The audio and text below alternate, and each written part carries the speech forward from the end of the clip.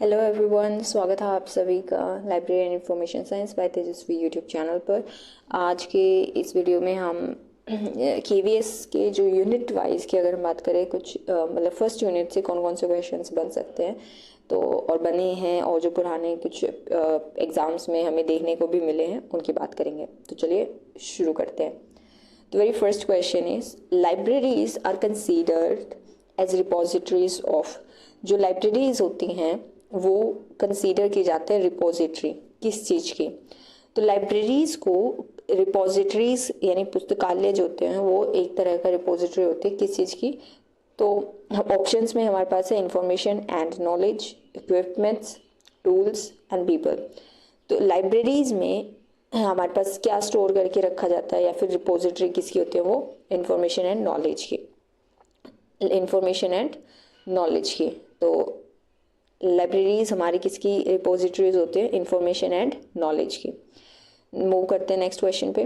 Second question हमारा है libraries play an important role in supporting educational, cultural and dash activities of a society. Libraries एक important role play करती है education को support करने में, कल्चर को सपोर्ट करने में और किस चीज़ को सपोर्ट करने में एक सोसाइटी में।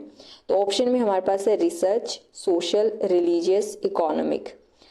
देखो लाइब्रेरीज जो होती है ना वो हर जगह हर एक एरिया में ही एक इम्पॉर्टेंट रोल प्ले करती है, पर सबसे मेन वो जो जिस चीज़ में हमारी हेल्प करती है, सबसे जो मेन जिसमें वो इम्पॉर्टेंट रोल प्ले करते हैं वो एजुकेशन है, कल्चर है और नेक्स्ट हमारा रिसर्च है। ठीक है, तो लाइब्रेरीज जो हैं वो एक इम्पॉर्टेंट रोल प्ले करती हैं किसको सपोर्ट करने में, एजुकेशन को सपोर्ट करने में, कल्चर को सपोर्ट करने में और रिसर्च को सपोर्ट करने में। किसको सपोर्ट करने में, रिसर्च को सपोर्ट करने में।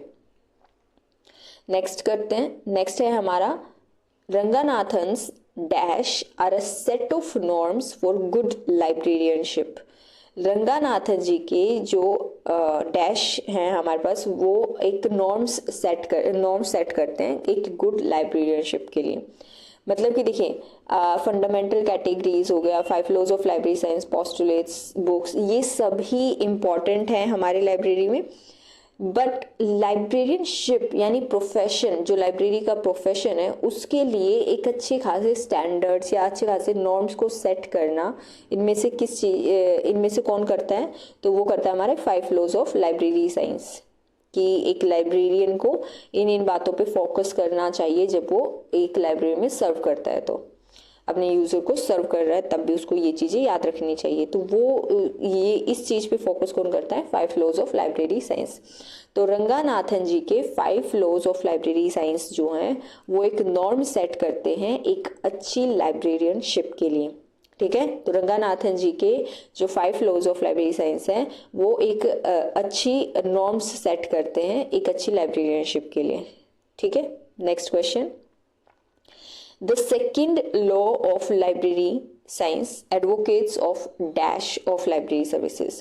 तो जो सेकंड लॉ है हमारा लाइब्रेरी साइंस का, सबसे पहले तो वो आपको पता होना चाहिए।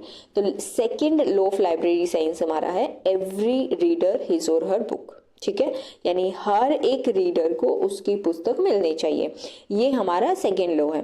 अब हर रीडर से जो रंगानाथन जी है उनका क्या कहना है, हर रीडर से उनका कहना है कि एक लाइब्रेरियन के लिए, एक लाइब्रेरी स्टाफ के लिए जो उसका यूज़र है उसको उसे सर्व करना है irrespective of their gender, irrespective of their caste, irrespective of their race.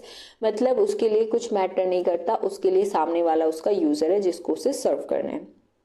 ठीक है, तो यानी कि चाहे वो मेल है या फीमेल है, चाहे वो अपर कास्ट से है या लोअर कास्ट से है, चाहे वो किसी एक रिलीजन से है या किसी दूसरे रिलीजन से है, चाहे वो किसी भी कम्युनिटी से बिलोंग करता है, वो उसे सर्व करेगा। तो इस टाइप की जो चीज़ है वो क्या शो कर रही है, एक तरह से डेमोक्रेसी टाइप चीज़ें शो कर रही है। ठीक है, तो इसका मतलब क्या हुआ, डेमोक्रेटाइजेशन।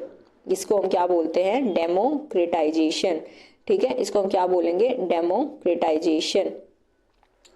तो second law of library science advocate करता है डेमोक्रेटाइजेशन। सेकेंड लॉ हमारा क्या करता है, democratisation of library services show करता है। नेक्स्ट मूव करते हैं। Library grows endlessly is the characteristic of dash law of library science।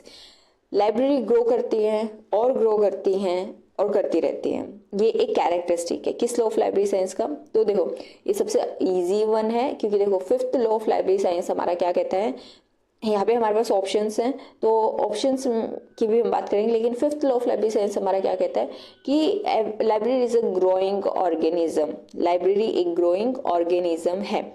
ठीक है, तो वही चीज हमें क्या यहाँ पे क्वेश्चन में पूछी गई है कि लाइब्रेरी ग्रो करती है, तो ये किसका कैरेक्टरिस्टिक है, कौन से लॉ का, तो ये फिफ्थ लॉ का कैरेक्टरिस्टिक है। ठीक है, उसके बाद अगर हम नेक्स्ट बात अगर हम इनमें सबकी बात करें तो देखो फर्स्ट लॉ होता है हमारा बुक्स आर फॉर ऑल। ठीक है, बुक्स सबके लिए हैं। थर्ड लॉ कहता है एवरी बुक इट्स रीडर, हर किताब को उसका पाठक मिलना चाहिए। And the fourth one is save the time of the reader, reader का आपको टाइम बचाना है। और फिफ्थ लॉ आपका कहता है कि लाइब्रेरी एक ग्रोइंग ऑर्गेनिज्म है। ठीक है, नेक्स्ट मूव करते हैं। The location of a library building, library की बिल्डिंग की लोकेशन हमें देखनी है या कहाँ करनी है, ये सब चीज़ें हमें डिसाइड करना है। तो इसका इम्प्लीकेशन मतलब किस लॉ ऑफ ये जो 5 लॉज हैं इनमें से कौन सा लॉ इस बारे में बात करता है, लाइब्रेरी बिल्डिंग की लोकेशन के बारे में कौन सा लॉ बात करता है। तो लाइब्रेरी की बिल्डिंग है जो उसकी जो लोकेशन है, लोकेशन की बात, टाइमिंग की बात, ये सब बातें कौन करता है, फर्स्ट लॉ करता है। ठीक है, फर्स्ट लॉ इस बारे में बात करता है। सेकंड लॉ हमारा किसको एडवोकेट करता है, तो सेकंड लॉ हमारा डेमोक्रेटाइजेशन करता है। एंड सिमिलरली जो फिफ्थ लॉ है लाइब्रेरी ग्रो करती है, इस बारे में फोकस करता है। ये हमने अभी तक किया है। इसका नेक्स्ट हम देखें तो एक पब्लिक लाइब्रेरी जो होती है उसको कॉमनली हम क्या कहते हैं, a public library is commonly known as dash. तो पब्लिक लाइब्रेरी का मतलब है, देखो पब्लिक लाइब्रेरी में हम सब हमारे जो यूज़र होते हैं ना वो हर तरह का यूज़र होता है, वो मेल भी हो सकता है, फीमेल भी हो सकता है, वो चिल्ड्रन भी हो सकता है, यंग भी हो सकता है, ओल्ड एज का भी कोई हो सकता है, वो इलिटरेट भी हो सकता है, लिटरेट भी हो सकता है। ठीक है, पब्लिक लाइब्रेरी में हमारे पास हर टाइप का यूजर होता है, वो किसी भी प्रोफेशन से बिलोंग कर सकता है, वो स्टूडेंट भी हो सकता है, वो वर्किंग में भी हो सकता है। तो मतलब कि इस टाइप की अगर हमारे पास इतने चीज़ों को हम वो करें तो इसका मतलब वो किस टाइप की लाइब्रेरी हुई, तो वो पीपल्स यूनिवर्सिटी हुई, लोगों की यूनिवर्सिटी। मतलब उसमें आपको कोई भी उसमें जा सकता है और उसको लाइब्रेरी को यूज़ कर सकता है, वो पब्लिक लाइब्रेरी की खास बात होती है। ठीक है, तो पब्लिक लाइब्रेरी को हम क्या बोलते हैं, पीपल्स यूनिवर्सिटी बोलते हैं। क्या बोलते हैं, पीपल्स यूनिवर्सिटी बोलते हैं। तो public library is commonly known as people's university. ये जितने भी क्वेश्चंस हम कर रहे हैं ये सभी क्वेश्चंस केवीएस में और जैसे EMRS में जो पिछली बार एग्जाम हुआ था और DSSS भी कुछ जो क्वेश्चंस हैं इनमें सारे के सारे नहीं लेकिन कुछ क्वेश्चंस जो हैं इस पर्टिकुलर यूनिट वाले में जो हम कर रहे हैं वो हमारे पहले एग्जाम्स में पूछे जा चुके हैं। सारे के सारे क्वेश्चंस पुराने एग्जाम्स में पूछे गए हैं, चाहे वो DSSS में हो या KVS में हो। ठीक है, तो हर एक क्वेश्चन प्रीवियस ईयर क्वेश्चंस में से ही हैं, तो याद रखिएगा ये जितने भी क्वेश्चन आपको अच्छे से याद करने हैं। तो public library is commonly known as people's university. क्या बोलते हैं पब्लिक लाइब्रेरी को, पीपल यूनिवर्सिटी बोलते हैं। उसके बाद हमारा नेक्स्ट क्वेश्चन है Thomas Bray. Thomas Bray was associated with dash libraries. Okay, Thomas Bray में भी आपके लिए एक नया नाम हो सकता है, आपको कॉमनली इस नाम को सुनना आई थिंक कितना नहीं सुना होगा आपने। तो थॉमस ब्रे जो है वो किस टाइप की लाइब्रेरी से बिलोंग करता है, थॉमस ब्रे जो है वो आपका ब्रोकियल लाइब्रेरीज सॉरी पैरोकियल लाइब्रेरीज से बिलोंग करता है। ठीक है, एसोसिएटेड है मतलब। तो पैरोकियल लाइब्रेरीज जो होती हैं उन लाइब्रेरीज में एक जाना पहचाना नाम है डॉक्टर थॉमस ब्रे। जो पैरोकियल लाइब्रेरीज होती हैं वो लाइब्रेरीज कौन से होते हैं, देखो पैरोकियल लाइब्रेरीज होती है जैसे अगर हमारे वैदिक एरा में जाएं तो वैदिक एरा में हमारे जो मंदिर होते थे, हमारे जो अलग अलग रिलीजियस प्लेसेस होते थे, वहाँ पर वेद पुराण ये वो मतलब बहुत सारे एक लिटरेचर वहाँ पे स्टोर करके रखा जाता था और उसको यूज़ भी किया जाता था। तो जब यहाँ पे यूके यानी ब्रिटेन ने यहाँ पर इंडिया भारत में एक अपना इन्वेड किया और फिर यहाँ पे राज करने लगे, तो उसके बाद 90s के आसपास की बात है ये, कि उन्होंने क्या किया, 19 सेंचुरी की बात आई थिंक ये, तो उसमें उन्होंने क्या किया, इसी चीज़ को फिर अपने वहाँ पे लागू करने की वो किया, और उसमें जैसे जो चर्च होते हैं उनके, तो चर्च में एक लिटरेचर रखा गया और बुक्स वगैरह कलेक्शन एक बिल्ड किया गया, और उसका जो लेखा जोखा और मतलब उसको ध्यान रखना और ये सब चीज़ों का जो जिम्मेवारी वो पादरी यानी कि वहाँ के जो फादर है उसको दी गई। तो उस टाइप की लाइब्रेरी जो वो चर्च से कनेक्टेड लाइब्रेरीज होते हैं उसे पैरोकियल लाइब्रेरीज कहते हैं। जस्ट फॉर इंफॉर्मेशन है ये। तो लेकिन मेन चीज़ आपको जो याद रखनी है वो थॉमस ब्रे, डॉक्टर थॉमस ब्रे एक नाम है, और ये जो नाम है ये पैरोकियल लाइब्रेरीज से कनेक्टेड है। ठीक है, नेक्स्ट बात करते हैं academic libraries comprises dash libraries. अब एकेडमिक लाइब्रेरीज जब हम बोलते हैं तो एकेडमिक लाइब्रेरीज में कौन कौन सी लाइब्रेरीज आती है, तो एकेडमिक लाइब्रेरीज में स्कूल लाइब्रेरीज भी आती है, कॉलेज लाइब्रेरीज भी आती है, यूनिवर्सिटी की लाइब्रेरीज भी आती है, और कोई स्मॉल इंस्टीट्यूट्स वगैरह होते हैं, जैसे कोई अगर कोचिंग वाले इंस्टीट्यूट्स भी हैं जिसमें वो एक लाइब्रेरी उनकी खुद की है, तो वो भी कहीं ना कहीं हम एकेडमिक लाइब्रेरी में कंप्राइज कर लेते हैं। लेकिन मेन तीन कॉलेज, स्कूल कॉलेज यूनिवर्सिटीज की जो लाइब्रेरीज हैं उन सब को जोड़ के ही हम एकेडमिक लाइब्रेरी बोलते हैं। नेक्स्ट अगर हम बात करें तो the user of a university library include students, teachers and dash. Okay, तो एक यूनिवर्सिटी के जो यूजर होते हैं, यूनिवर्सिटी की जो लाइब्रेरी होती है और उस यूनिवर्सिटी की लाइब्रेरी के जो यूजर होते हैं उसमें स्टूडेंट्स आते हैं जो वहाँ पे पढ़ रहे हैं, बिल्कुल सही बात है। उसमें टीचर्स आते हैं जो वहाँ का टीचिंग स्टाफ है जो वहाँ पे पढ़ा रहा है वो आता है, बिल्कुल सही है। एंड थर्ड क्या आता है उसमें, तो अगर ऑप्शन से देखें तो हाउस वाइफ तो बिल्कुल ही नहीं होगी, पेरेंट्स बिल्कुल भी नहीं होंगे, बिजनेसमैन ऑफ कोर्स नॉट, तो रिसर्चर्स। अब यहाँ पर एक ध्यान देने वाली बात यह है कि यूनिवर्सिटी लाइब्रेरी के यूजर्स में स्टूडेंट्स होते हैं, टीचर्स होते हैं एंड रिसर्चर्स होते हैं। ये तो तीनों हैं ही हैं, इसके अलावा नॉन टीचिंग स्टाफ का जो नॉन टीचिंग स्टाफ होता है उसमें वो लोग भी कहीं ना कहीं बहुत सारी जो यूनिवर्सिटीज़ हैं उनको भी इंक्लूड करती हैं। ठीक है, जैसे एडमिनिस्ट्रेशन के कोई लोग होते हैं तो उनके भी कार्ड बने होते हैं जो कि लाइब्रेरी को इस्तेमाल कर सकते हैं। Okay, the second thing is, अगर यही क्वेश्चन अगर पूछा जाए कि कॉलेज लाइब्रेरी, तो कॉलेज लाइब्रेरी में हम रिसर्चर्स नहीं लिखेंगे। ठीक है, देखिए रिसर्चर एज अ यूजर होता है लाइब्रेरी का यूनिवर्सिटीज में, कॉलेज लाइब्रेरीज में आपका रिसर्चर जो है वो यूजर नहीं होगा, कॉमन यूजर नहीं होगा उसमें। ठीक है, ये आप याद रखिएगा।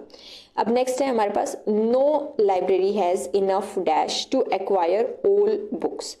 एक लाइब्रेरी के पास इनफ डैश नहीं होता कि सारी किताबों को वो एक्वायर कर सके, सारी वो किताबें वो ले सके या रख सके। तो देखिए first thing time, okay time कहीं ना कहीं वो मैनेज भी कर ले एक तरह से। Second thing staff, of course अगर बहुत सारी किताबें होंगी तो थोड़ा टाइम और स्टाफ का प्रॉब्लम हो सकते हैं, बट इतना नहीं बोल सकते हम कि इनफ ये नहीं है, नहीं। यूजर्स नहीं, यूजर तो आपके पास अगर कोई चीज है तो उसका कोई ना कोई यूजर आपको मिल ही जाएगा। ठीक है, मेन चीज है आपका फंड, किताबें खरीदने के लिए पैसा चाहिए होता है। ठीक है, तो किताबें को खरीदने के लिए आपको क्या चाहिए होता है, पैसा चाहिए होता है। और अगर आप ध्यान देंगे, अगर आप लाइब्रेरी प्रोफेशन में हैं तो लाइब्रेरी एक ऐसी चीज है जहाँ पर जो इंस्टीट्यूट है, जो पेरेंट बॉडी है, उसको पैसा देते वक्त थोड़ा सा ना वो ऐसा होता है उनको कि लाइब्रेरी इतना यूज तो होती नहीं है, तो अपनी ऑथेंटिकेशन, अपनी इम्पोर्टेंस लाइब्रेरी को बार बार प्रूफ करनी पड़ती है। कि नहीं हम यहाँ पर एक इम्पॉर्टेंट रोल प्ले कर रहे हैं, हम सर्व कर रहे हैं, हम इम्पॉर्टेंट हैं। इस चीज़ को बार बार एक पेरेंट बॉडी के सामने, एक इंस्टीट्यूट के सामने, एक ऑर्गेनाइजेशन के सामने, जो लाइब्रेरी की पेरेंट बॉडी है मतलब, उसको ये प्रूफ करना पड़ता है लाइब्रेरी को बार बार कि वो इम्पॉर्टेंट है और उस पर पैसा खर्च करना चाहिए। ठीक है, तो इस वजह से आपका जो फंड है वो काफ़ी हद तक लिमिटेड रहता है as compare to other things. आपको मिलता है लेकिन कहीं ना कहीं लिमिट हो जाता है। तो इस वजह से क्या है, आपको क्या करना है, आपको याद रखना है कि जो लाइब्रेरी है उसके पास इनफ फंड नहीं होता है कि वो हर एक किताब को एक्वायर कर सके।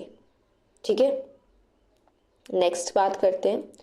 The dash are conducted by libraries to know the requirement of users। जो डैश है वो कंडक्ट किया जाता है लाइब्रेरीज में ये जानने के लिए कि हमारे यूजर्स की रिक्वायरमेंट क्या है, मतलब जो चीज़ हम कंडक्ट करते हैं उसका नाम क्या है, ये क्वेश्चन है। ठीक है, तो लाइब्रेरीज में हम डैश चीज़ कंडक्ट करते हैं ताकि हमें हमारे यूज़र की जो रिक्वायरमेंट है उसको पता चल सके। तो देखो, अगर मुझे अपने यूज़र की रिक्वायरमेंट का पता करना है तो एक नॉर्मल सी बात है, मैं यूज़र से रिलेटेड ही कुछ करूँगी, राइट। तो यूज़र से रिलेटेड आप क्या करेंगे, यूज़र सर्वे। तो यूज़र से रिलेटेड आप क्या करोगे, यूज़र सर्वे। तो यूज़र सर्वे जो है उससे आप क्या करोगे, यूज़र सर्वे से आपको ये पता करोगे कि हमारा जो यूज़र है, जिसको मुझे सर्व करना है, हमारे जो यूज़र है उसकी रिक्वायरमेंट क्या है। और यूज़र सर्वे से हमारे जो यूज़र है उसकी रिक्वायरमेंट का पता चल जाता है, जिससे कि हम और आसानी से या और बेहतर तरीके से जो हमारे यूज़र्स हैं उनकी हेल्प कर सकते हैं। तो टाइम टू टाइम जो लाइब्रेरीज होते हैं उसमें यूज़र सर्विस कंडक्ट किया जाता है। कई बार आपने देखा होगा कि रजिस्टर्स वगैरह, बहुत स्मॉल लाइब्रेरीज में भी एक छोटा सा रजिस्टर जरूर रखा होता है जिसमें कहीं ना कहीं रिमार्क होता है या फिर कुछ लिखा होता है कि अगर आप मतलब यूज़र को किस चीज़ की नीड थी या वो मिला नहीं मिला, इससे रिलेटेड, वो भी एक तरह का यूज़र सर्वे ही होता है। तो यूज़र सर्वे करने से हमें यूज़र की रिक्वायरमेंट का पता चल जाता है। नेक्स्ट क्वेश्चन की अगर हम बात करें तो dash allow users to browse books in stock. एक हमारा जो बुक्स का स्टॉक है, हमारी लाइब्रेरी है और उस लाइब्रेरी में बुक्स का स्टॉक है। तो बुक्स का जो स्टॉक है वो किस तरह से होता है, आपकी एक लाइब्रेरी है, लाइब्रेरी में आपके अलग अलग स्टैक्स रखे होते हैं और उन स्टैक्स पे आपकी किताबें रखी होती है, राइट। इतना ही होता है। तो अब उसमें मान लो ब्राउज करना है। ब्राउज का मतलब क्या होता है, ब्राउज का मतलब होता है कि जैसे कि लेट्स सपोज मैं एक लाइब्रेरी में गई और जो मैंने एरिया बताया कि जहाँ पे स्टैक्स होते हैं, अब मैं वहाँ पे स्टैक में गई तो मैं अलग अलग स्टैक में घूम रही हूँ कि मुझे कौन सी किताब चाहिए। अच्छा, ये वाली तो नहीं चाहिए मुझे, तो इस राइटर की चाहिए, ओके ये ऑथर नहीं, ये वाले ऑथर नहीं, ये वाली, ओके ये नहीं, अच्छा ये भी काम चल ही जाएगा, इसको पढ़ के देखा मैंने थोड़ा सा, हाँ ठीक है। तो ये सब चीज़ें जब हम करते हैं, ये सब चीज़ें जो अलाउड करता है वो कौन सा इनमें से, इन ऑप्शंस में से ऐसा कौन सा है जो यूज़र को ये सब ब्राउज करने की अलाउंस देता है, यानी अनुमति दे देता है। तो फर्स्ट ऑप्शन जो है वो हमारा क्लोज्ड एक्सेस है। तो देखो, क्लोज्ड एक्सेस का मतलब होता है कि आप गए, जिसे बहुत पहले के टाइम में होता था कि आप गए, लाइब्रेरियन जो होता है वहाँ पे लाइब्रेरियन आपको अंदर लाइब्रेरी में नहीं घुसने देगा, लेकिन आपको लाइब्रेरियन तक का ही आपका एक्सेस होता है।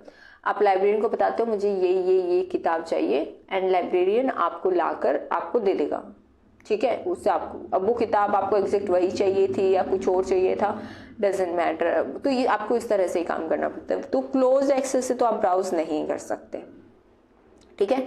नेक्स्ट है आपका ओपन एक्सेस। तो ओपन एक्सेस जो है उससे आप ब्राउज कर सकते हो। ओपन एक्सेस आपको अलाउ करता है ब्राउज करने का बुक्स को इन जो स्टॉक्स में एक लाइब्रेरी के स्टॉक में होता है।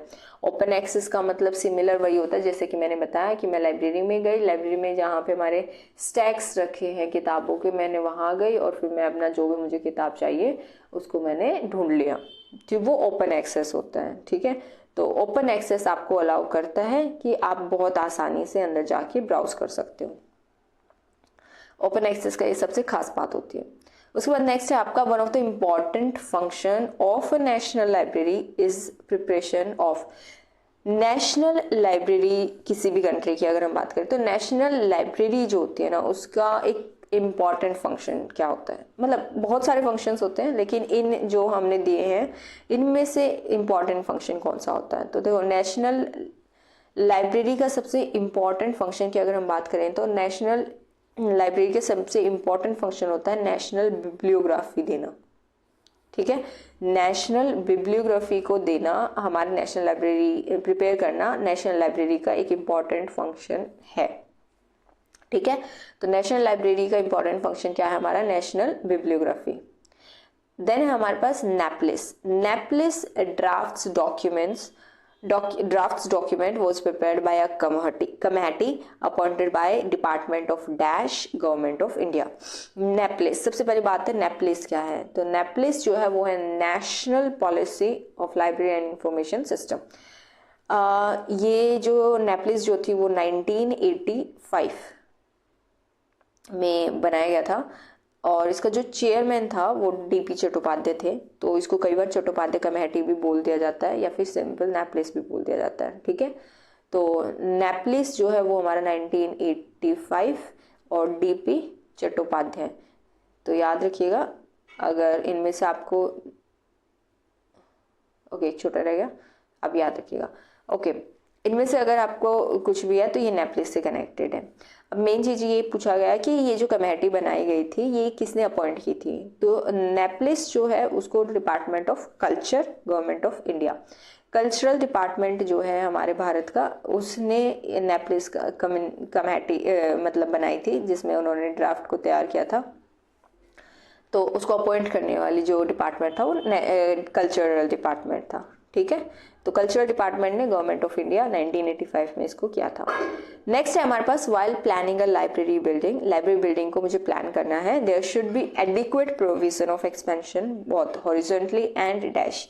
देखो मुझे अगर लाइब्रेरी बिल्डिंग को प्लान करना है, लाइब्रेरी बिल्डिंग में हम बना रहे हैं, तो लाइब्रेरी की बिल्डिंग जब बनाते हैं ना, अगर आपने बेसिक्स पढ़े हैं तो आपको पता होगा कि हम एक्सपेंशन का एक एडिक्वेट प्रोविजन मतलब एक एक्सपेंशन का कहीं ना कहीं हम एरिया छोड़ते हैं कि जस्ट इन केस जब हम लाइब्रेरी, फिफ्थ लॉ जो हमारा कहता है library is a growing organism, और जब फ्यूचर में हमारी लाइब्रेरी ग्रो करेगी तो हमारे पास इस चीज़ का एक तरह से क्या होगा, वो ईजिली हम उसको उससे हम कर सकते हैं, ग्रो हो सकते हैं, मतलब तो वो हमारा बेसिकली होता है। तो इन्होंने क्वेश्चन किया है कि वो हॉरिजॉन्टली तो हम करते ही करते हैं, और कैसे करते हैं, तो देखो हम वर्टिकली भी करते हैं, डायगनली और साइडवेज। हम हर तरह से एक लाइब्रेरी बिल्डिंग को सोचते हैं कि एक्सपेंशन अगर फ्यूचर में करना पड़ जाए तो उसके लिए हम कहीं ना कहीं एक मार्कअप, एक एरिया रखते ही रखते हैं।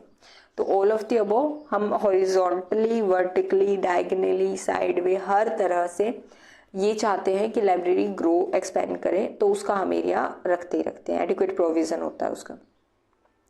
नेक्स्ट हमारा है एक्रोनियम है हमारे पास, हमारे पास फुल फॉर्म दी हुई है association for information management.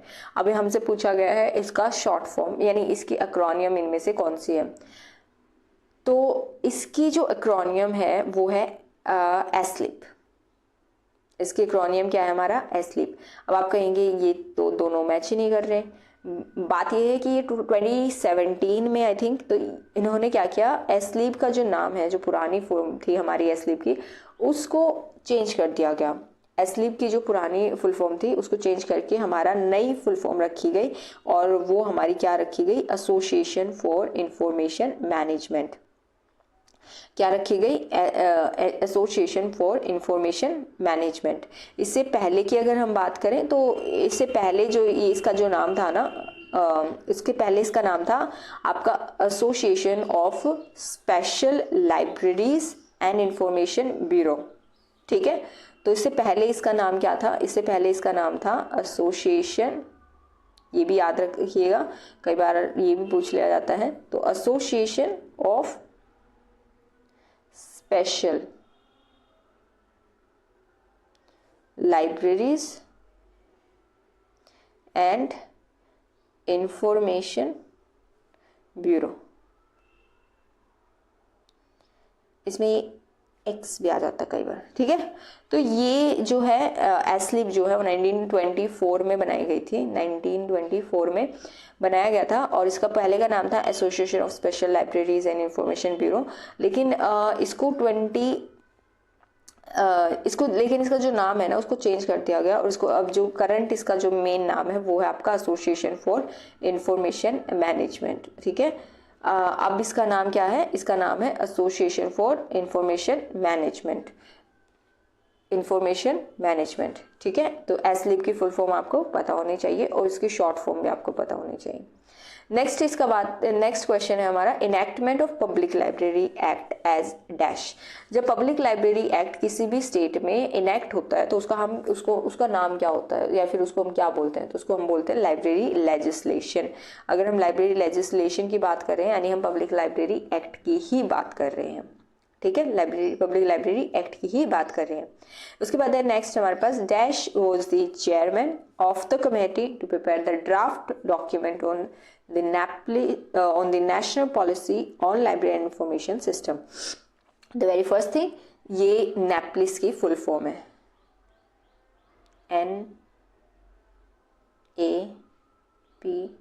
NAPLIS, ठीक है। तो ये नेपलिस की ही फुल फॉर्म है, national policy on library information system, जो अभी हमने जस्ट बिफोर एक दो क्वेश्चन पहले ही किया था।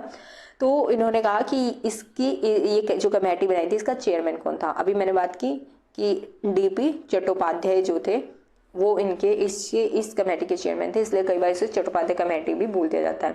बनाई कब गई थी, 1985 में बनाई गई थी। तो 1985 में एक कमेटी बनी थी नेपलिस, जिसकी फुल फॉर्म हो गई national policy on library and information system, और इसके जो चेयरमैन थे इस कमेटी के, उस चेयरमैन का नाम था प्रोफेसर DP चट्टोपाध्याय, इसीलिए कई बार इसको चट्टोपाध्याय कमेटी भी बोल दिया जाता है। उसके बाद नेक्स्ट हम बात करते हैं, dash prepared a library development plan. एक पर्सन थे जिन्होंने लाइब्रेरी डेवलपमेंट प्लान बनाया, जिसको हम 30 ईयर प्रोग्राम बोलते हैं, ठीक है। तो 30 ईयर प्रोग्राम किन्होंने बनाया था, तो 30 ईयर प्रोग्राम जो था वो डॉक्टर SR रंगानाथन जी ने बनाया था। किन्होंने बनाया था, डॉक्टर SR रंगानाथन जी ने 30 ईयर प्रोग्राम जो है वो तैयार किया था, जिसको हम लाइब्रेरी डेवलपमेंट प्लान बोलते हैं, ठीक है। तो लाइब्रेरी डेवलपमेंट प्लान जिसको 30 ईयर प्रोग्राम है वो किन्होंने प्रिपेयर किया था, डॉक्टर SR रंगानाथन जी ने इसको प्रिपेयर किया था। उसके बाद है model public library bill. Model public library bill 1963, याद रखिएगा, मॉडल पब्लिक लाइब्रेरी बिल 1963। इन्होंने रिकमेंड किया कि जो लाइब्रेरी सेस है वो लगेगा इतने पैसे पर रुपीस, हाउस होल्ड जो प्रॉपर्टी टैक्स लगता है, तो हाउस होल्ड प्रॉपर्टी टैक्स पे आपका इतने पैसे पर रुपीस आपको काउंट करना है। तो कितने पैसे था, तो वो था 6 पैसे। 1963 में मॉडल पब्लिक लाइब्रेरी बिल आया, अगेन आई रिपीट 1963 में मॉडल पब्लिक लाइब्रेरी बिल आया, और उसमें लाइब्रेरी सेस जो है उसका रेट क्या रखा गया, 6 पैसे पर रुपीस, 6 पैसे पर रुपीस। किस पे, हाउस और प्रॉपर्टी टैक्स पे, हाउस और प्रॉपर्टी टैक्स पे 6 पैसे पर rupees. Model public library bill 1963 में इस चीज को रिकमेंड किया गया। नेक्स्ट क्वेश्चन है हमारा, हरियाणा जो स्टेट है हमारी, उसमें पब्लिक लाइब्रेरी एक्ट जो है वो कब पास हुआ। तो हरियाणा में पब्लिक लाइब्रेरी एक्ट जो है वो 1989 में आपका पास हुआ था। हरियाणा में पब्लिक लाइब्रेरी एक्ट कब पास हुआ था, 1989 में। सेकंड थिंग इसमें ये है कि जो हरियाणा है उसमें लाइब्रेरी सेस है। देखो जितनी भी स्टेट्स में आपका पब्लिक लाइब्रेरी एक्ट आया है उसमें से 6 ऐसे स्टेट है जिसमें आपका पब्लिक लाइब्रेरी सेस है, मतलब सेस का प्रावधान है। तो उसमें से हरियाणा एक स्टेट है जिसमें आपका लाइब्रेरी सेस लगता है। तो आपको ये भी पता होना चाहिए कि किस किस स्टेट में लाइब्रेरी सेस का प्रावधान है और किस में नहीं है। तो हरियाणा में लाइब्रेरी सेस है। नेक्स्ट क्वेश्चन करते हैं, इनफ्लिबनेट वाज सेटअप बाय, इनफ्लिबनेट जो है उसको किसने सेटअप किया था। तो बहुत आसान क्वेश्चन है, आई थिंक सबको पता होगा कि UGC जो है उन्होंने UGC जो है उन्होंने इनफ्लिबनेट की फुल फॉर्म क्या हो गई हमारे पास, इंफॉर्मेशन लाइब्रेरी नेटवर्क, इसको सेटअप किया था। ठीक है। तो इन्फ्लिमनेट को सेटअप किस बॉडी ने किया था? यूजीसी ने किया था। उसके बाद है introducing the user to the general method of library usage and services is called dash. जब हमारे पास कोई भी नया यूज़र आता है और उस नए यूज़र को हम बताते हैं कि हमारा जो लाइब्रेरी है उसको आपको ऐसे ऐसे इस्तेमाल करना है, ये सर्विसेज है जो आप हमारी जो लाइब्रेरी है वो देती है, और आप उन सर्विसेज का इस तरह से फ़ायदा भी उठा सकते हो, यानी आप यूज़ कर सकते हो। तो ये सब एक जनरल मेथड है, लेकिन ये यूज़र को जब हम इन सब चीज़ों को एक फैमिलराइज करते हैं, तो जब ये सब इंट्रोड्यूस करते हैं तो उस प्रोसेस को क्या बोलते हैं? तो वो ओरिएंटेशन होता है। क्या होता है? वो ओरिएंटेशन होता है। तो ओरिएंटेशन में हम क्या करते हैं? ओरिएंटेशन में हम हमारे यूज़र को, जो खासकर नया यूज़र होता है, उसको हमारे जो जनरल मेथड है लाइब्रेरी को यूज़ करने के या हमारे सर्विसेज को यूज़ करने के, या हम क्या क्या सर्विसेज देते हैं, जब हम वो सब बताते हैं तो वो हमारा ओरिएंटेशन होता है। क्या होता है? ओरिएंटेशन होता है। नेक्स्ट हमारा क्वेश्चन है इफ्ला का हेडक्वार्टर कहाँ पर है? इफ्ला का हेडक्वार्टर जो हमारे पास है वो कहाँ पर है? तो इफ्ला का हेडक्वार्टर है दी हेग। इसकी प्रोनाउंसिएशन हो गई दी हेग, ठीक है। तो दी हेग नाम की एक जगह है नीदरलैंड में, तो वहाँ पर इफ्ला का हेडक्वार्टर है। इसके बाद नेक्स्ट है हमारे पास the information policy objectives of dash lay stress on user education.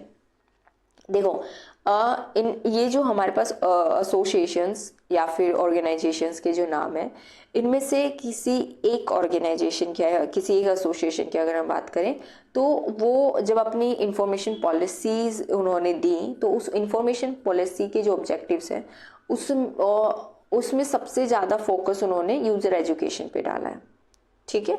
जो उनकी इंफॉर्मेशन पॉलिसी है में इंफॉर्मेशन पॉलिसी में जो सबसे ज़्यादा फोकस है, स्ट्रेस है, वो यूज़र एजुकेशन पे दिया गया है। तो उनमें से कौन से हैं? इज़ालिक, आइसलिक भी हम इसको बोलते हैं। तो ये जो हमारी है एसोसिएशन है, ये जो है इसमें हमारे पास जो इसके ऑब्जेक्टिव्स हैं, ठीक है, इसके जो इंफॉर्मेशन पॉलिसीज़ के जो हमारे पास ऑब्जेक्टिव है, उसकी सबसे ज़्यादा फोकस किस पर है हमारा? उसका सबसे ज़्यादा फोकस हमारा यूज़र एजुकेशन में है। अब मेन बात ये है कि इसकी फुल फॉर्म क्या है, इस आलेख की फुल फॉर्म क्या है हमारे पास? तो इसकी हमारे पास जो फुल फॉर्म है वो है Indian association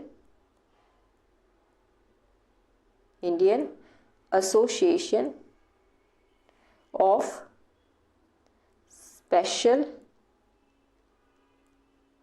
libraries and information centres, ठीक है।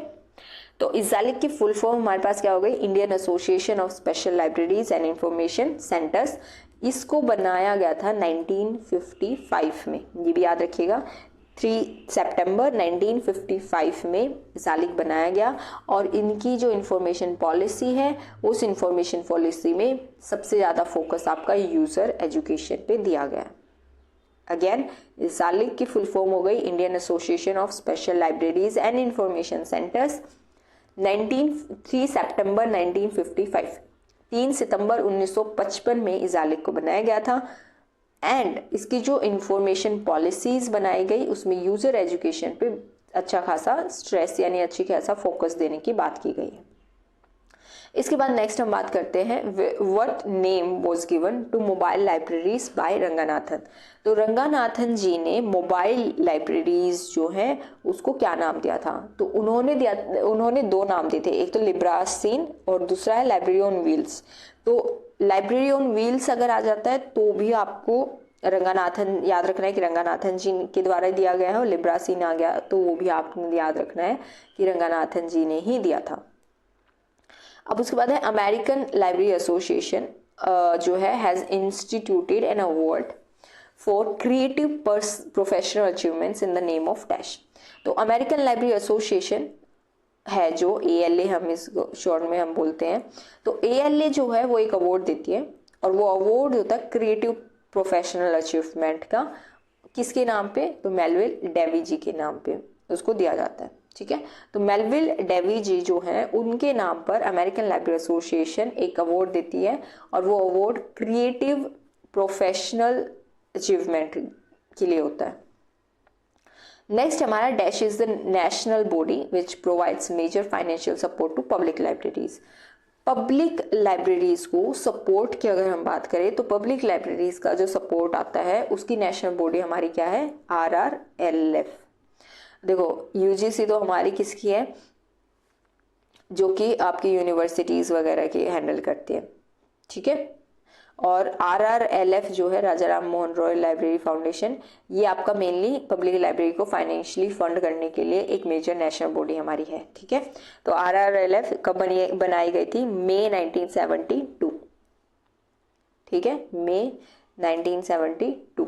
मई 1972 में RRLF Raja Ram Mohan Roy library foundation की स्थापना हुई और ये पब्लिक लाइब्रेरीज को फाइनेंशियली सपोर्ट करती है।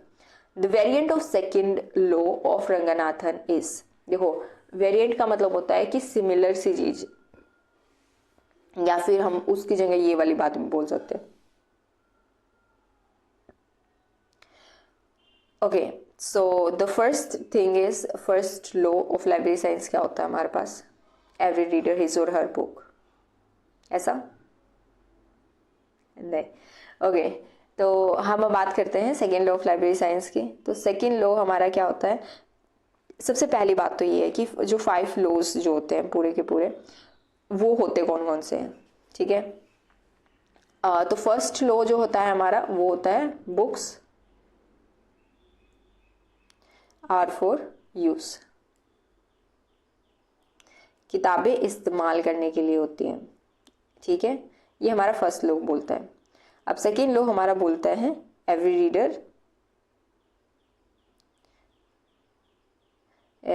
रीडर हिज या फिर हर बुक, ठीक है।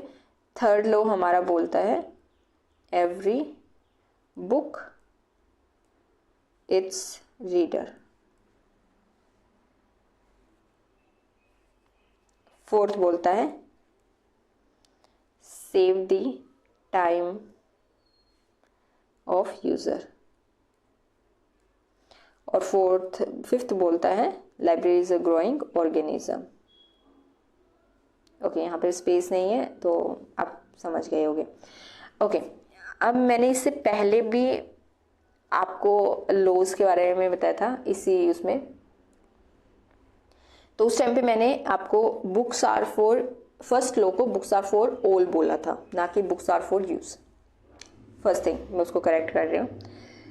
Second thing is, second law of Ranganathan की अगर हम बात करें तो वो हमारा है एवरी रीडर हिज और हर बुक। ओके, ये इरेज हो गया। सेकेंड हमारा है एवरी रीडर हिज और हर बुक।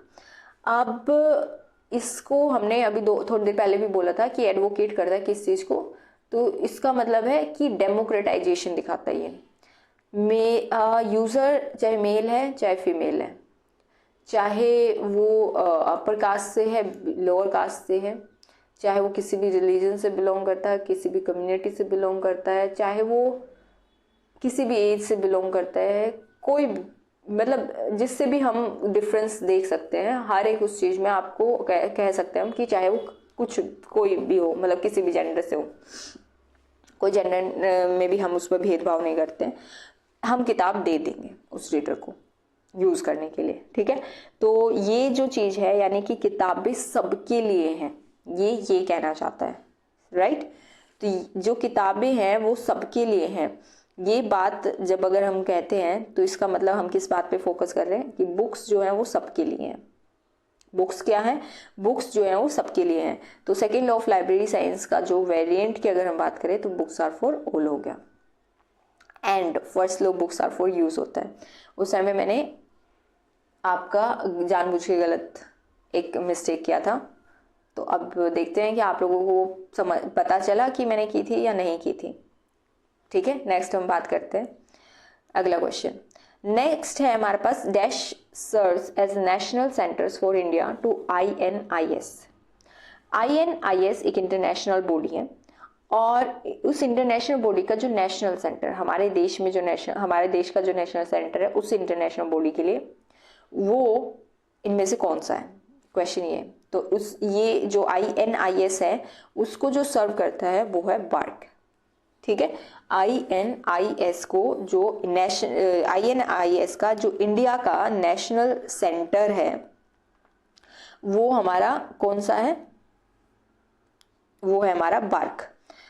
INIS की फुल फॉर्म की अगर हम बात करें तो INIS का मतलब होगा आपका इंटरनेशनल, क्योंकि ये मैंने बताया कि इंटरनेशनल बॉडी है, तो ये हो गया हमारा international, I for international, N for nuclear, और IS का मतलब होगा आपका इंफॉर्मेशन सिस्टम, ठीक है। तो IS का मतलब इंफॉर्मेशन सिस्टम, और आगे IN जो है उसका हो गया इंटरनेशनल न्यूक्लियर। ये 1970 में इसका स्टार्टिंग हुई थी, ठीक है। कब बनी थी, 1970 में इसकी जो है वो शुरुआत हुई थी। और हाँ, तो इसकी फुल फॉर्म हो गई हमारे पास इंटरनेशनल न्यूक्लियर। अगर हम बात करें बार्क की फुल फॉर्म की, ये भी जरूरी है हमें जानना, तो बार्क हो गई हमारी बाबा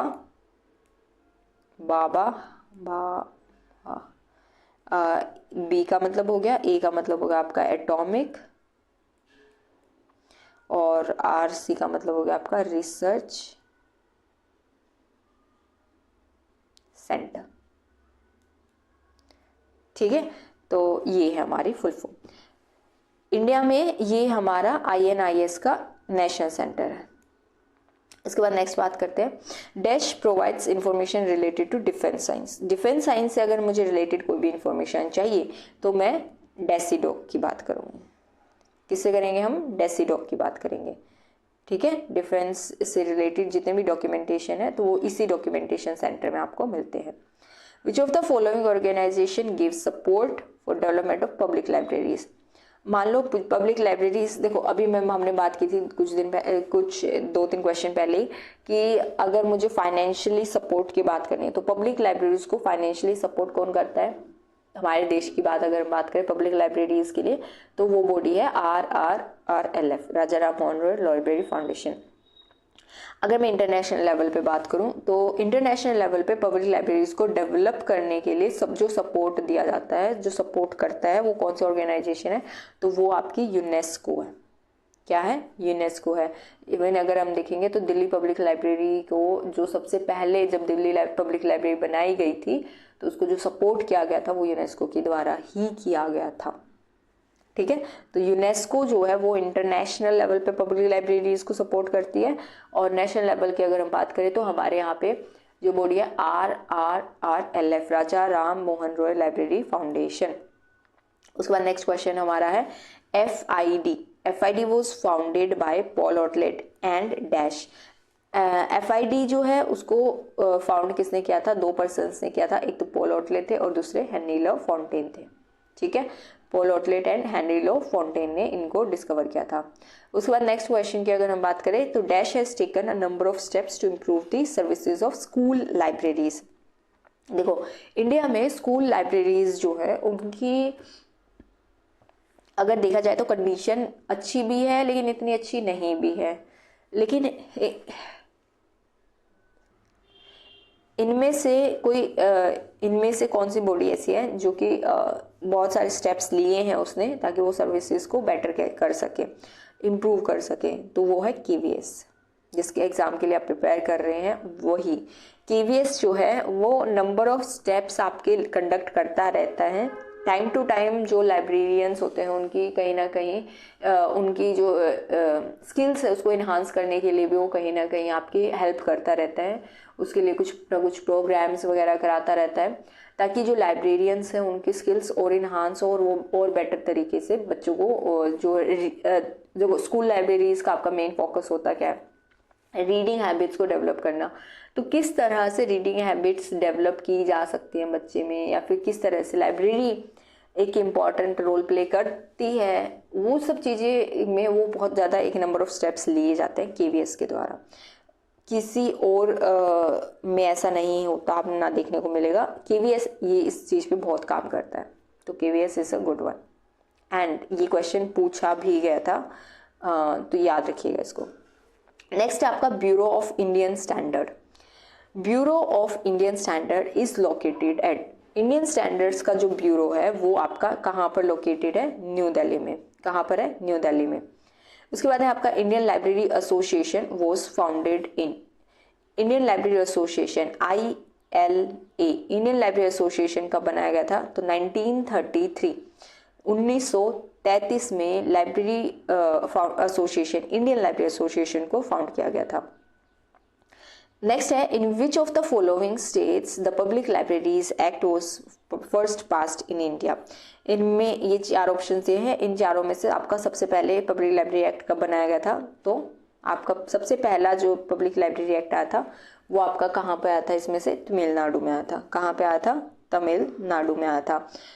तो फर्स्ट आपका पब्लिक लाइब्रेरी एक्ट जो है, फर्स्ट पब्लिक लाइब्रेरी एक्ट आपका सबसे पहले कहाँ पर आया था? तमिलनाडु में आया था। और ये पहली स्टेट आपकी है। कब आया था अगर बताएं तो 1948 में इसको ये मतलब इनेक्ट किया गया था, लागू किया गया था, पास किया गया था बोल सकते हैं। नेक्स्ट क्वेश्चन है हमारा the earlier name of national library Calcutta. National library Kolkata या कलकत्ता जो भी आप बोलना चाहें, तो नेशनल लाइब्रेरी कलकत्ता का अगर हम बोले कि पहला नाम क्या था तो ये इंपीरियल लाइब्रेरी थी। क्या थी? Imperial library. इंपीरियल लाइब्रेरी का नाम बदला गया और नाम रखा गया नेशनल लाइब्रेरी इंडिया। किस एक्ट के तहत रखा गया था? तो imperial library change of name act 1948 के तहत इसका नाम बदला गया था और नेशनल लाइब्रेरी कोलकाता इसका नाम रखा गया था। तो ये याद रखने की बात है, कई बार बहुत बार क्वेश्चन पूछा गया ये भी। नेक्स्ट है there is no provision for director of public libraries. मतलब इनमें से इन स्टेट में से कोई एक स्टेट ऐसी है जिसमें आपका पब्लिक लाइब्रेरी का डायरेक्टर का कोई प्रावधान है ही नहीं। तो वो उनका मानना है कि डायरेक्टर का कोई प्रावधान उसमें है ही नहीं। ठीक है, तो वो कौन सी स्टेट है हमारी? अगर उस स्टेट की बात करें तो वो स्टेट है हमारी महाराष्ट्र। ठीक है, कौन सी स्टेट है? महाराष्ट्र। कौन सी स्टेट है? महाराष्ट्र। तो महाराष्ट्र जो है उसमें जो पब्लिक लाइब्रेरीज है उसमें जो डायरेक्टर है उसका कोई प्रावधान नहीं है। ऑलराइट, तो नेक्स्ट क्वेश्चन पे और बढ़ते हैं हम। अब कुछ करंट से रिलेटेड क्वेश्चंस भी हैं हमारे पास, जैसे कि official theme of world book and copyright day. Official theme जो आपका world book and copyright day मनाया गया था 2025 में, वो उसकी जो थीम थी वो क्या थीम थी? तो फर्स्ट थिंग तो आपको ये याद रखना है कि पहला क्वेश्चन तो ये बनता है कि world book and copyright day मनाया कब जाता है। ठीक है, तो फर्स्ट जो क्वेश्चन है आपका वो क्या है? World book and copyright day. तो वर्ल्ड बुक और कॉपीराइट डे जो है वो कब मनाया जाता है? तो वो मनाया जाता है आपका 23 अप्रैल को। कब मनाया जाता है? 23 अप्रैल को। तो 23 अप्रैल जो है वो डेट है जब आपका वर्ल्ड बुक और कॉपीराइट डे मनाया जाता है। World book and copyright day कब मनाया जाता है? 23 अप्रैल को, फर्स्ट थिंग। सेकेंड थिंग, आपका जो 2025 जो पिछला साल था उसकी थीम क्या थी? तो 2025 जो है उसमें आपकी थीम थी the role of literature in achieving the sustainable development goals. ठीक है, तो 2025 में आपका जो world book and copyright day जो 23 अप्रैल को मनाया गया उसकी थीम क्या थी कि लिटरेचर का रोल क्या है सस्टेनेबल डेवलपमेंट गोल्स को अचीव करने का। ठीक है, ये मनाया कहाँ गया था? तो ये रियो द जेनेरो ब्राज़ील जो है रियो, वहाँ पे मनाया गया था और इसको सेलिब्रेट किया गया था, मतलब ये। ठीक है, रीड योर वे की अगर हम बात करें तो ये 2024 में थी, याद रखिएगा। अभी हमारा फोकस ज़्यादा तक सस्टेनेबल डेवलपमेंट पे था बीते साल में, तो उस वजह से तो role of literature achieving sustainable development को अचीव करने के लिए तो ये था हमारा। ठीक है, कई बार क्वेश्चन पूछ लिया जाता है कि सेलिब्रेट कहाँ क्या था, तो रियो जो है, रियो में किया गया था, एंड ब्राज़ील में ये स्टेट, ये जगह पड़ती है, याद रखिएगा। World book and copyright day मनाया कब जाता है, 23 अप्रैल को मनाया जाता है, और 2025 में उसकी थीम थी role of literature achieving sustainable development goals. Rio de Janeiro Brazil में इसको मनाया गया था। ठीक है, उसके बाद नेक्स्ट क्वेश्चन की अगर हम बात करें तो नेक्स्ट क्वेश्चन है हमारे पास, what was the main purpose of the Worcester public libraries March म्योनोस प्रोग्राम इन 2024। देखो 2024 में जो वॉरकेस्टर पब्लिक लाइब्रेरी है वहाँ पे मार्च म्योनोस करके एक कुछ सेलिब्रेट किया गया। ठीक है, तो उसका मतलब क्या था उसका, ये क्वेश्चन है। तो to forgive overdue fines in exchange for cat pictures और ड्राइंग्स, मेन मकसद उसका ये था। ठीक है, अगेन मैं दोबारा रिपीट करती हूँ कि क्या था ये पूरा मामला। तो 2024 जो था ना, उसमें एक जो वॉरकेस्टर पब्लिक लाइब्रेरी है, ये आपके अमेरिका की में है, तो इसमें एक प्रोग्राम रखा गया जो कि आपका फॉरगिवनेस पे था एक तरह से।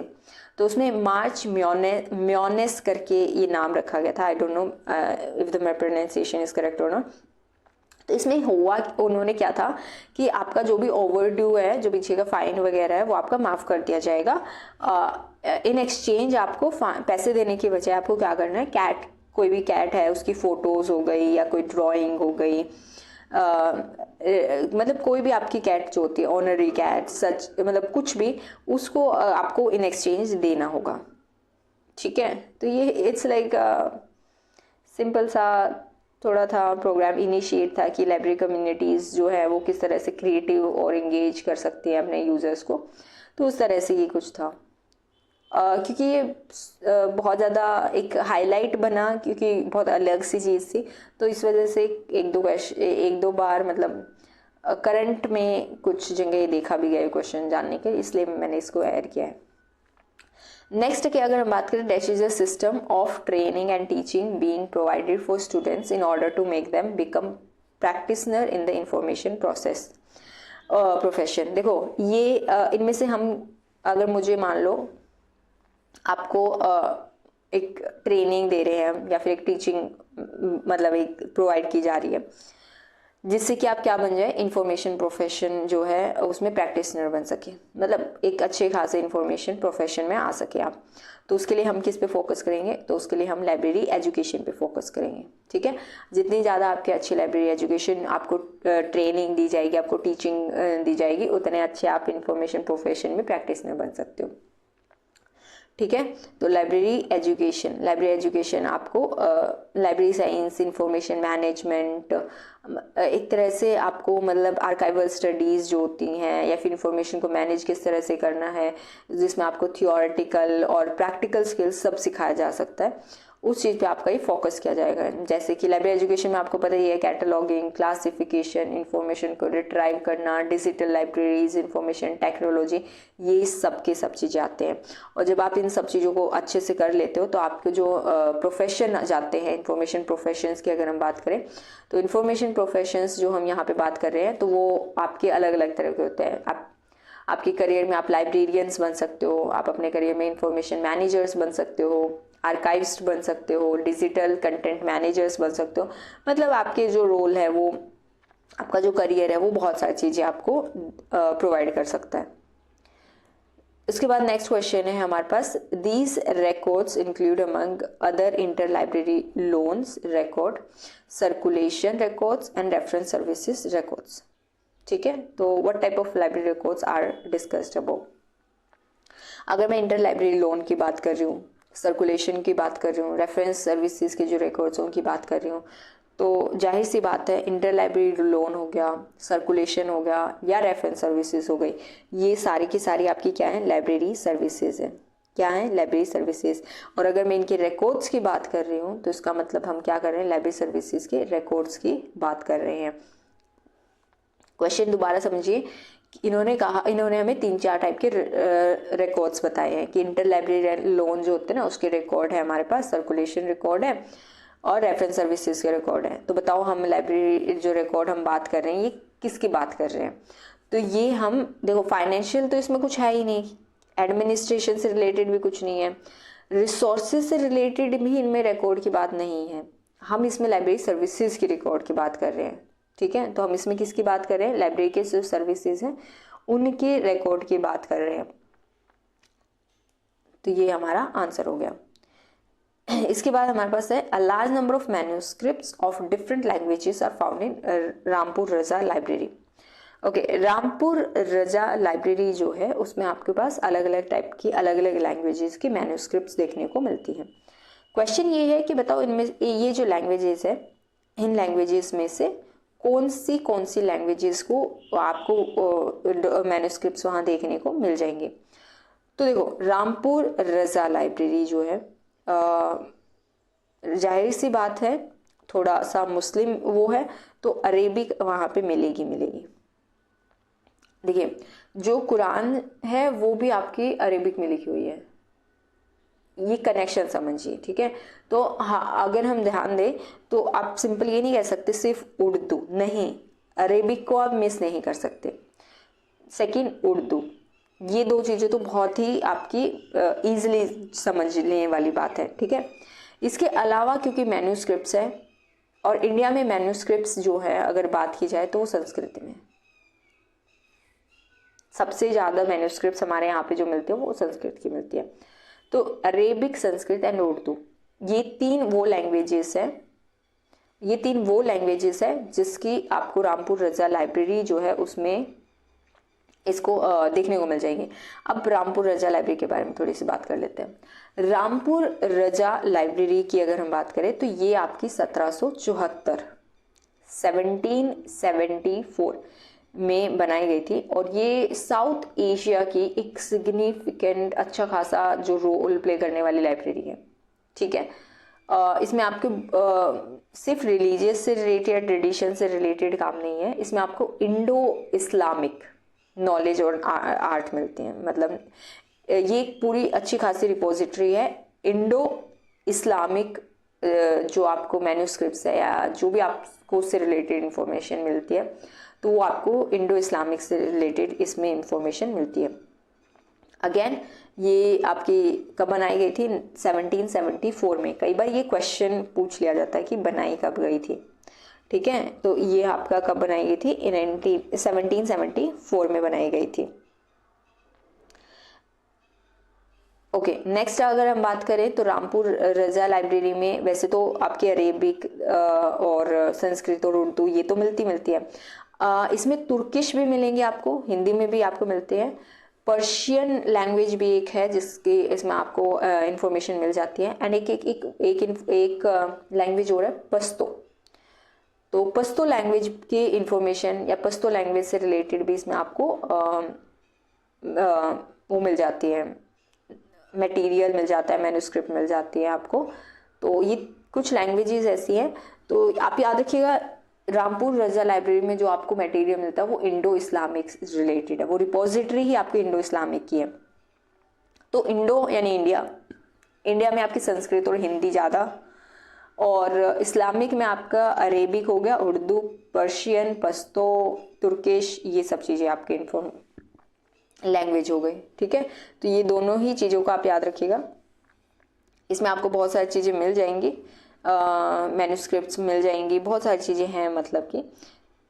तो ये है हमारा, ठीक है। नेक्स्ट क्वेश्चन की ओर बढ़ते हैं। नेक्स्ट है papyrus is a material prepared in dash from the piti stem of a water plant used throughout the ancient Mediterranean world of writing or painting on sheet and also making articles such as rope. Okay, इसमें हमारे पास question पूछा गया है ये वाली जो चीज़ है पैपियरस जो है वो कहाँ पर बनाया गया था? ये लिखने के लिए यूज़ किया जाता था, और पानी का पौधा होता है ये एक, और उस पानी के पौधे का जो नीचे वाला जो स्टेम वाला पार्ट होता है उसको रख लिया जाता है, फिर उसको सुखा के और उसको मतलब एक तरह से एक पेपर की तरह, शीट की तरह तैयार किया जाता है जिसको राइटिंग के लिए इस्तेमाल किया जाता है। मेन बात है कि कहाँ पे यूज़ किया जाता था, तो ये एंशंट इजिप्ट में इसका इस्तेमाल देखने को मिलता है, ठीक है। ज़्यादातर इसका देखने का इस्तेमाल कहाँ मिलता है, एंशियंट इजिप्ट में। ये क्वेश्चन काफ़ी बार पूछा गया है, इवन यूजीसी नेट तक के लेवल में भी इसको क्वेश्चन पूछ लिया गया है। नेक्स्ट है, what was the original name of the human library initiatives before 2010। Human library initiatives, human library initiative किया गया 2010 से पहले, और उस 2010 से पहले जब हमारे पास ह्यूमन लाइब्रेरी इनिशिएट किया गया तो उसका हमारा जो ओरिजिनल, मतलब उससे पहले जो नाम था उसको हम क्या बोलते थे, तो उसका ओरिजिनल नाम था आपका लिविंग लाइब्रेरी। ठीक है, तो उसका नाम क्या था, लिविंग लाइब्रेरी। तो लिविंग लाइब्रेरी आपका ह्यूमन लाइब्रेरी का इनिशिएटिव है। आपको ह्यूमन लाइब्रेरी के कॉन्सेप्ट के बारे में पता है, क्या होता है ह्यूमन लाइब्रेरी? अगर किसी को भी ह्यूमन लाइब्रेरी के बारे में पता है ना, तो प्लीज़ कमेंट सेक्शन में जरूर लिखिएगा, ये बहुत इंटरेस्टिंग चीज़ है। और अगर नहीं पता है तो आप कमेंट सेक्शन में बता भी सकते हैं कि आपको नहीं पता और आप जानना चाहते हैं, तो मैं आपको एक वीडियो बना सकती हूँ उस पर, ह्यूमन लाइब्रेरी पे। तो आप उसको कमेंट सेक्शन में जरूर बताइएगा, जैसे भी आपको लगे। उसके बाद है, विच of the following is true about Shivaji university. Okay, Shivaji university की अगर हम बात करें तो आपको पहले मैं बता दूँ शिवाजी यूनिवर्सिटी के बारे में। तो शिवाजी जो यूनिवर्सिटी है उसको बनाया गया था 1962 में। कब बनाया गया था, 1962 में। ये यूनिवर्सिटी कोल्हापुर में है। ठीक है, कहाँ पर है ये, कोल्हापुर में है, ओके, पेन थोड़ा सा सही नहीं है। ओके, कोल्हापुर में ये यूनिवर्सिटी है और बनाई गई कब गई थी, 1962 में इसको बनाया गया था। जो महाराष्ट्र है, महाराष्ट्र का जो साउथ एरिया है उसकी जो एजुकेशन नीड्स है उसको फुलफिल करने के लिए इसको बनाया गया था। और उस ये बनाया, इसका जो पूरा जो मतलब एक तरह से आइडिया या फिर जो भी फाउंड करने का जो था वो बनाया गया था डॉक्टर एस आर राधाकृष्णन जो थे फर्स्ट प्रेसिडेंट हमारे देश के। उन्होंने ही इस यूनिवर्सिटी को इनॉग्रेट किया था 1962 में। ठीक है, इसमें आपका अगर बात की जाए तो इसमें अब प्रेजेंट मतलब पहले जब ये शुरू की गई थी तो इसमें तकरीबन 30+35 के अराउंड एफिलिएटेड कॉलेज थे। स्टूडेंट्स भी अच्छे खासे थे। पोस्ट ग्रेजुएट डिपार्टमेंट से 4 से 5 और मतलब एक्सपेंड होते आज तकरीबन 250 और 200+ मतलब एक तरह से कॉलेजेस जो हैं वो इससे एफिलिएटेड है। मेन बात करते हैं तो जर्नल्स निकलती हैं शिवाजी यूनिवर्सिटीज़ की, जैसे साइंस एंड टेक्नोलॉजी में हो गई, ह्यूमैनिटीज़ या सोशल साइंस में हो गई। इसके अलावा एक आपका BBKKRC करके भी होता है हमारा, जिसको हम बोले तो बाला साहेब खर नॉलेज रिसोर्स सेंटर करके है, तो वो भी आपका कहीं ना कहीं इसी से मतलब वो थोड़ा सा अलग है। चलो छोड़ो, मेन चीज़ें हम बात करते हैं। तो हमारे पास जर्नल्स निकलते हैं जो मैंने अभी बताया। अब आपका क्वेश्चन है कि इनमें से क्या ट्रू है। तो फर्स्ट थिंग इज, इन्होंने एक ऑप्शन में बताया कि शिवाजी यूनिवर्सिटी एस्टैब्लिश्ड इन 1992 में। तो ये वाला ऑप्शन गलत है क्योंकि शिवाजी यूनिवर्सिटी बनाई गई थी 1962 में। इन्होंने बोला यूनिवर्सिटी की लाइब्रेरी स्टार्ट फंक्शनिंग 1962 के जून में। Again this is also wrong क्योंकि शिवाजी यूनिवर्सिटी जो है वो खुद ही बनी थी नवंबर में। ठीक है, तो नवंबर में यूनिवर्सिटी का इनॉग्रेशन या फाउंड की गई थी, तो जून में आपका लाइब्रेरी नहीं बन सकती। नेक्स्ट आपका humanities and social science is a peer review journal of university published once a year. Okay, तो देखो आई एग्री कि जर्नल निकलता है, ह्यूमैनिटीज एंड सोशल साइंस का जर्नल निकलता है, ये बिल्कुल सही है, लेकिन वंस इन अ ईयर नहीं, ये हाफ ईयरली होता है। जो आपका जो जर्नल निकलता है शिवाजी यूनिवर्सिटी के द्वारा ह्यूमैनिटीज एंड सोशल साइंस में, वो हाफ ईयरली है। तो इसका मतलब वो 2 बार निकलता है, 2 बार जर्नल आता है, तो ये भी गलत हो गया। Then this one is the correct. तो साइंस एंड टेक्नोलॉजी का एक पीयर रिव्यू जर्नल यूनिवर्सिटी निकालती है। आई होप मैथ्स नहीं हुआ होगा, आपने समझ आ गया होगा। एक बार दोबारा से बताऊं तो अगर कि शिवाजी यूनिवर्सिटी जो है वो नवंबर में 1962 में बनाई गई थी, कोल्हापुर में बनाई गई थी जो महाराष्ट्र का साउथ वाला एरिया है उसकी एजुकेशन नीड्स को फुलफिल करने के लिए बनाई गई थी। डॉक्टर सर्वपल्ली राधाकृष्णन जी जो थे, उन्होंने जो उस टाइम में प्रेसिडेंट थे, उन्होंने इसको फाउंड किया था, इनोग्रेट किया था नवंबर में 1962 में। ये जो यूनिवर्सिटी है ये आपके साइंस एंड टेक्नोलॉजी के जर्नल्स निकालती है और ह्यूमैनिटीज़ एंड सोशल साइंस के भी जर्नल्स निकलते हैं। ह्यूमैनिटीज़ एंड सोशल साइंस के जो जर्नल्स निकलते हैं वो आपके हाफ ईयरली होते हैं, यानी एक साल में 2 बार निकलता है, एक बार नहीं 2 बार निकलते हैं। ठीक है, तो ये आपकी मेन चीज़ें थी जो आपको याद रखनी है। इसी बेसिस पे अगर आप देखेंगे तो वंस इन ईयर ये गलत हो गया, 1992 में बनी ये गलत हो गया क्योंकि 62 में बनी थी। यूनिवर्सिटी की लाइब्रेरी जून में बन गई नहीं, क्योंकि यूनिवर्सिटी खुद ही नवंबर में फाउंड हुई थी, तो कैसे हो सकता है। तो ये हमारा करेक्ट हो गया। उसके बाद हम बात करते हैं दिल्ली पब्लिक लाइब्रेरी की। दिल्ली पब्लिक लाइब्रेरी की अगर हम बात करें तो दिल्ली पब्लिक लाइब्रेरी देखो बहुत अच्छी चीज़ है ये, आपको दिल्ली पब्लिक लाइब्रेरी के बारे में पता भी होना चाहिए। The very first thing is मैं दिल्ली पब्लिक लाइब्रेरी के बारे में आपको थोड़ा सा बताती हूँ। तो दिल्ली पब्लिक लाइब्रेरी जो है वो 1951 में बनाई गई। महीने की अगर हम बात करें तो अक्टूबर में बनाई गई। कई बार याद रखना जरूरी है, जैसे अभी हमने पीछे वाले क्वेश्चन में देखा कि उन्होंने जून लिखा हुआ था लेकिन ईयर सेम था।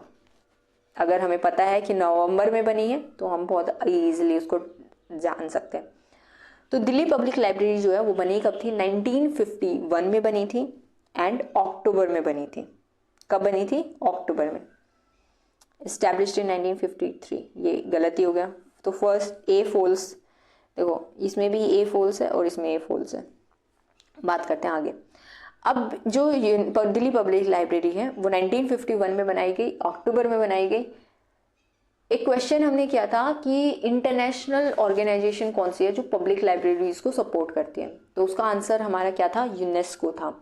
इंटरनेशनली अगर किसी ऑर्गेनाइजेशन का नाम हम बताएं जो पब्लिक लाइब्रेरीज को सपोर्ट करती है तो वो यूनेस्को है। तो जो हमारे देश में दिल्ली पब्लिक लाइब्रेरी बनाई गई थी वो किसके सपोर्ट से बनाई गई थी, तो वो यूनेस्को के सपोर्ट से बनाई गई थी। किसके सपोर्ट से बनाई गई थी, तो वो यूनेस्को के सपोर्ट से बनाई गई थी। तो बी ट्रू है, ये हमारा आंसर हो गया। बट फिर भी हम थोड़ी सी और बात करेंगे। इसको इनोग्रेट किया था जवाहरलाल नेहरू जी ने, ठीक है। और साउथ ईस्ट एशिया की अगर हम बात करें तो one of the busiest library, public library का ये इसको खिताब मिला हुआ है। इसके अलावा इसके जर्नल लाइब्रेरीज भी हैं, यानी 3 ब्रांच हैं इस लाइब्रेरी के, अलग अलग, मतलब ये लाइब्रेरी काफ़ी बड़ी है। इसमें कुछ कुछ आपके जो सर्विसेज हैं उस सर्विसेज की अगर हम बात करें तो इसमें आपको इंटरनेट सर्विसेज फ्री में मिल जाती हैं। इसमें आपको पहले सीडी और डीवीडी की जो सर्विसेज होती थी, कलेक्शंस होता था जो इंग्लिश और हिंदी मूवीज़ का इवन, वो भी मिल जाता था क्योंकि इसमें चिल्ड्रन सेक्शन भी है। और इसमें मोबाइल लाइब्रेरी सर्विसेज में मिल जाती हैं, और मोबाइल लाइब्रेरी सर्विसेज इसमें आपकी इनिशिएट हुई थी 1953 से। ठीक है, मोबाइल लाइब्रेरी सर्विसेज इसमें आपकी इनिशिएट कब हुई थी, 1953 में। इसके अलावा इसमें ब्रेल लाइब्रेरी सर्विसेज भी हैं। क्या है, ब्रेल लाइब्रेरी सर्विसेज भी हैं, आपको दिल्ली पब्लिक लाइब्रेरी में ये भी मिल जाती हैं। ओके, एक बार फिर से बता देती हूँ मैं, दिल्ली पब्लिक लाइब्रेरी जो है हमारी अक्टूबर 1951 में बनाई गई थी। इसको पूरा असिस्ट जिसने किया था फाइनेंशियली भी और वैसे भी जो पूरा सपोर्ट आया था वो यूनेस्को की तरफ से आया था। तो ये एक जॉइंट प्रोग्राम था गवर्नमेंट ऑफ इंडिया का भी और यूनेस्को का भी। इसके अलावा अगर हम बात करें तो इसमें आपको अलग अलग सर्विसेज देखने को मिलती हैं। जो सर्विसेज की अगर हम बात करें तो इसमें फ्री इंटरनेट सर्विसेज आपको मिलता है। इसमें आपको फ्री डीवीडी सर्विसेज जो थी वो पहले मतलब मिलती थी, अब शायद मिलती हैं क्योंकि अब तो वैसे भी इंटरनेट बहुत इवॉल्व हो गया है तो उसकी नीड नहीं होती है, लेकिन आपको डिजिटली आपको बहुत सारा कंटेंट इसमें मिल जाता है। इसके बाद इसमें चिल्ड्रन सेक्शन है। मोबाइल लाइब्रेरी सर्विसेज इसमें 1953 में शुरू की गई थी। कई बार क्वेश्चन बन जाता है इससे भी कि मोबाइल लाइब्रेरी सर्विसेज जो है वो आपकी दिल्ली पब्लिक लाइब्रेरी में कब शुरू हुई थी, तो वो 1953 में शुरू की गई थी। इसके अलावा अगर हम बात करें तो ब्रेल लाइब्रेरी सर्विसेज इसमें आपको मतलब प्रोवाइड हो जाती है। नेक्स्ट है, who among the following has never been a librarian at the National Library of India. आपके पास कुछ नाम है और इसमें से उस नाम को बताना है आपको जो इसमें लाइब्रेरियन कभी नहीं रहे हैं। ठीक है, तो लाइब्रेरियन नहीं रहे हैं ये आपको बताना है। तो लाइब्रेरियन नहीं रहे हैं कि अगर बात करें, इसमें से आपका जो अजय प्रताप सिंह जी हैं वो आपके कभी भी नेशनल लाइब्रेरी के ऑफ इंडिया के लाइब्रेरियन नहीं थे। ओके, लेकिन अजय प्रताप सिंह का नाम ऐसा नहीं है कि नेशनल लाइब्रेरी ऑफ इंडिया से जुड़ा नहीं है। अजय प्रताप सिंह जो थे वो डायरेक्टर जनरल थे। ठीक है, डायरेक्टर जनरल। अब फर्स्ट थिंग ये कि ये थे नहीं, अभी भी हैं। तो ये आई थिंक 2022 में बने थे जून में, और ये अभी तक हैं। प्रेजेंट में भी अजय प्रताप सिंह ही हैं जो डायरेक्टर जनरल हैं हमारे नेशनल लाइब्रेरी ऑफ इंडिया के। तो नेशनल लाइब्रेरी ऑफ इंडिया के डायरेक्टर जनरल की अगर हम बात करें तो वो डायरेक्टर जनरल अब आपके अजय प्रताप सिंह जी हैं। एंड लेकिन ये लाइब्रेरियन नहीं रहे थे। जैसे हरिनाथ दे हैं वो भी आपके लाइब्रेरियन रह चुके हैं। के एम अब्दुल्ला काफ़ी टाइम तक रहे थे। बी एस केशवन ने भी एक लाइब्रेरियन की तरह सर्व किया है हमारे नेशनल लाइब्रेरी ऑफ इंडिया में। लेकिन आपके अजय प्रताप सिंह जी जो हैं वो नहीं डायरेक्टर जनरल थे। ठीक है, ओके। तो यूनिट 1 से हमने तकरीबन 50 क्वेश्चंस किए हैं आज, और आई होप आपको सारे क्वेश्चंस अच्छे से समझ आए होंगे। सब इजी, मतलब मैंने वो सारे क्वेश्चंस रखे हैं जो कि आपके पुराने पेपर्स में पूछे गए हैं। आई होप आपके अच्छे मार्क्स बने होंगे। हाँ, कितने मार्क्स बने हैं वो प्लीज़, आपके कितना स्कोर बना है उसको आप नीचे कमेंट सेक्शन में जरूर बताइएगा। शेयर कर सकते हैं आप अगर आप चाहें तो। नेक्स्ट क्लास में हम कुछ PYQs करेंगे। वो यूनिट वाइज नहीं होंगे, वो मिक्स PYQs होंगे आपके। ठीक है, और फिर हम यूनिट वाइज भी करते रहेंगे PYQs, और जो मिक्स PYQs भी हम साथ साथ करेंगे। तो एक क्लास हमारी होगी एक यूनिट से जो क्वेश्चंस बन रहे हैं वो, और एक क्लास हमारी हर दिन होगी जो आपके मिक्स PYQs होंगे। और इस तरह से टोटल हम 1000 PYQs जो हैं एग्ज़ाम तक कंप्लीट कर लेंगे। इसके साथ साथ अगर आप चाहते हैं कि आपको थोड़ा आइडिया मिल जाए किसी और चीज़ के बारे में, अगर आपको पूछना है तो आप उसको कमेंट सेक्शन में पूछ सकते हैं। मैं कोशिश करूँगी उसके जवाब देने की। और या all the best for your preparation, क्योंकि आपकी प्रिपरेशन ही आपकी मंजिल को पाने में आपकी हेल्प करेगी। तो जी जान लगा दीजिए। कुछ और अगर आपको क्वेरी है या फिर कुछ और आपका सजेशन है तो उसको आप कमेंट सेक्शन में लिख सकते हैं। I will meet you in my next video. Let's stay blessed, stay happy and thank you अगर आप ने इस पूरी वीडियो को देखा है तो। एंड अगर आप चाहें तो आप अपना स्कोर प्लीज़ शेयर कर सकते हैं कि आपके कितने मार्क्स बने out of 50 questions. Next class में मिलते हैं जो कि आपके मिक्स्ड PYQs की होगी। Thank you.